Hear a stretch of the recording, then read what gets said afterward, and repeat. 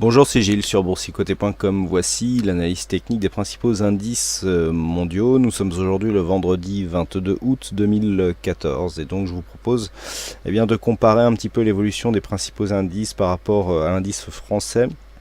Donc nous allons voir que l'indice CAC 40 est fortement baissier par rapport aux autres indices, notamment par rapport à cette phase ici de rebond technique, d'autant plus avec les indices américains qui sont en nette surperformance par rapport à l'Europe.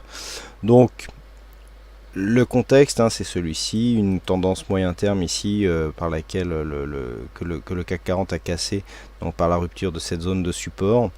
Un retour ici qui vient à peine effleurer la zone, il n'y a même pas contact, et on s'enfonce donc pour revenir finalement tester le premier point bas ici de la phase de consolidation.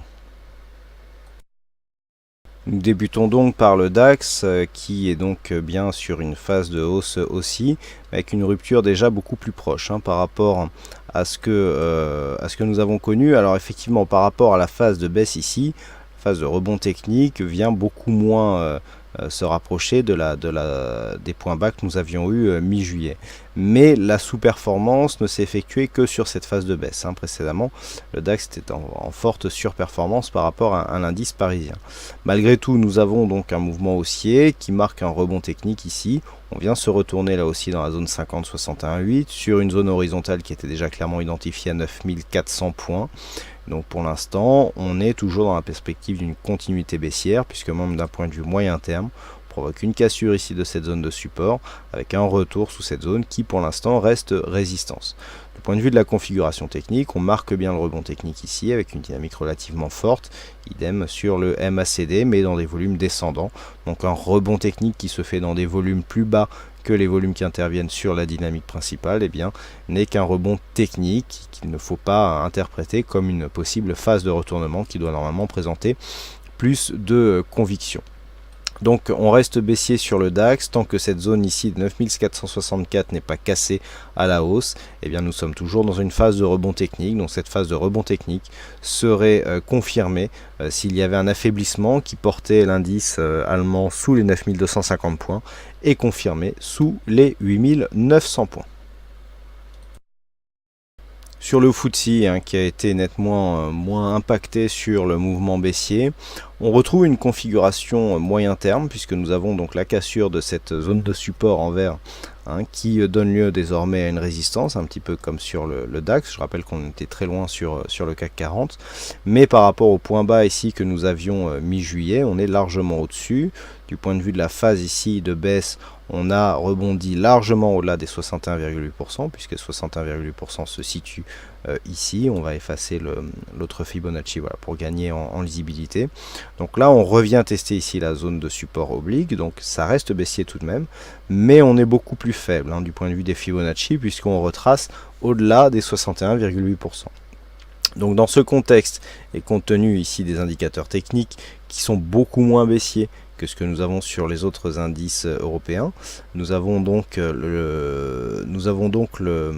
RSI ici qui remonte légèrement, le stochastique qui est en zone de surachat, et une fin de signal, on sent ici un affaiblissement sur le MACD.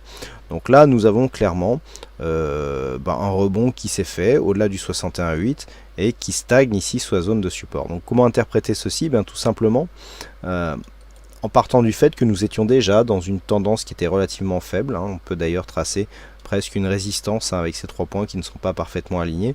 On voit que l'on va beaucoup plus vite ici sur les points bas. On est quasiment sur un biseau d'élargissement baissier. Donc pour l'instant, cette phase par rapport au reste de la tendance, nous étions précédemment ici dans une forme en triangle, mais ce triangle est cassé par le bas, ce qui invalide le schéma du triangle qui normalement est une figure de continuité, surtout que là nous avions un triangle haussier bridé par cette zone horizontale à 6875. On casse cette zone par le bas.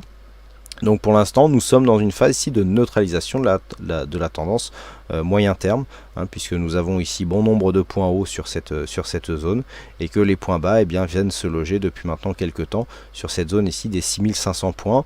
On fait un point bas à 6528, donc quelque part on peut penser que nous sommes dans une continuité en fait de cette tendance court moyen terme qui reste neutre. Donc tant que nous serons ici entre 6005 et 6875, eh bien le fond de la tendance ne changera pas, on reste neutre dans cette considération. On a vu qu'on commençait à être suracheté ici à l'approche de cette zone de point haut, donc a priori pas de signal de changement pour les prochains jours. Pour ce qui est du S&P 500, ici dans une vue relativement éloignée, nous ne sommes pas du tout dans une phase baissière. Nous sommes bien ici dans une tendance moyen terme qui reste haussière, avec donc la zone de support en vert dans laquelle nous sommes fortement éloignés. Si on se rapproche, on peut constater que le S&P 500 vient même de casser ces points hauts significatifs. On était à 1991,9 et aujourd'hui donc sur la séance, enfin hier sur la séance du 21, eh bien nous étions sur un plus haut à 1994. Donc avec un S&P 500 qui continue à monter, on n'est pas du tout dans une phase de consolidation. On reste sur une tendance haussière, on devrait casser les 2000 prochainement, mais pour l'instant ce n'est pas encore fait. Donc la tendance reste fortement haussière, on est dans un contexte du point de vue des indicateurs qui est toujours le même, avec ici cette phase de hausse donc qui va marquer un nouveau plus haut, une dynamique qui commence à s'essouffler, non, mais on sent qu'on arrive sur un objectif. J'en veux pour preuve ici la baisse des volumes qui intervient aussi sur cette phase de hausse, même si nous sommes toujours sur une phase haussière du point de vue des oscillateurs et du MACD. Donc tant que l'on reste ici au-delà de cette zone, eh bien, on peut continuer à inscrire de nouveaux plus hauts. Et désormais, pour invalider, depuis que le point haut ici est cassé, pour invalider une poursuite du mouvement haussier, eh bien, il faudra venir casser ici cette zone des 1904,8 points.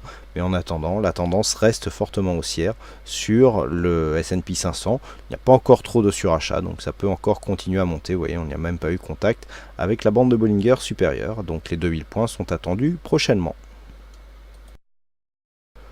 Même punition sur le Nasdaq qui se trouve toujours dans une phase ici de hausse. On avait bien eu ici une petite attaque de cette zone de support, mais on est venu rapidement monter ici pour inscrire de nouveaux plus hauts. Et d'ailleurs je tiens à signaler pour ceux qui suivent un petit peu les analyses que je diffuse sur Facebook, sur le Facebook du site ActiveTrade, que ce soit le site français ou anglais, que j'avais fixé un objectif à 4060 points, et notamment quelques aficionados anglais qui guettaient justement cet objectif, et nous avons effectivement touché cet objectif sur le contrat futur aujourd'hui, donc un objectif réalisé, je dirais même à quelques dixièmes de points près.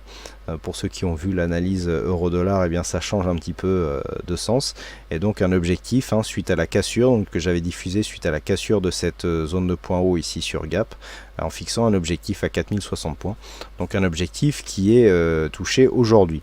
Du point de vue du contexte, on commence à être suracheté sur le RSI stochastique. Le MACD commence ici à se stabiliser, on a une baisse des volumes, donc on devrait ici assister à un point culminant prochainement. Tant que les cours ne redescendent pas sous les... alors là on est sur une zone de point haut à 3920, voire même à 3940, eh bien il n'y a pas de remise en cause du biais haussier. Je dirais même qu'il faudrait casser avec force la zone des 3846, ici cette zone de point bas, pour marquer un retournement sur cette tendance court moyen terme. Et enfin sur le Nikkei, on a une neutralisation de la tendance, puisque depuis maintenant quelques semaines, eh bien l'indice japonais oscille donc sans réelle tendance. Pourtant le contexte était haussier depuis la cassure ici de cette zone de résistance, mais depuis ici ce point haut et ce point bas que je vous indiquais hier comme étant les limites de cette zone de range court moyen terme, eh bien il n'y a pas eu de changement. Point de vue de la configuration technique, nous sommes toujours relativement neutres sur le RSI, légèrement haussier, le stochastique rentre en zone de surachat, et nous avons un mouvement haussier qui est confirmé aussi par le MACD, mais pas de réelle conviction. Il faudrait repasser au-delà de ces 15 700 voire même 15 800 points pour relancer une dynamique haussière qui a été mise à mal ici sur cette phase de baisse qui a été faite très rapidement. Alors phase de baisse d'ailleurs que que nous retrouvons un petit peu en Europe, mais pas du tout sur la deuxième partie, puisqu'on voit ici la phase de consolidation que connaissent les marchés européens actuellement n'impacte pas du tout le marché japonais qui continue à monter. Donc d'un point de vue court terme, ici on est, enfin court moyen terme, on est neutre. Une rupture des 15 800 points relancerait le fond de la dynamique qui resterait orienté à la hausse. Par contre, dans une éventualité moindre qui serait une cassure des 14 754 points, eh bien on reparlerait d'un retournement de tendance court terme pour une tendance baissière.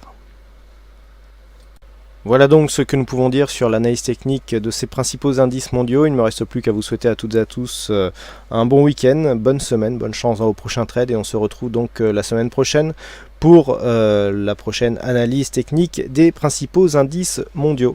Bon week-end à tous.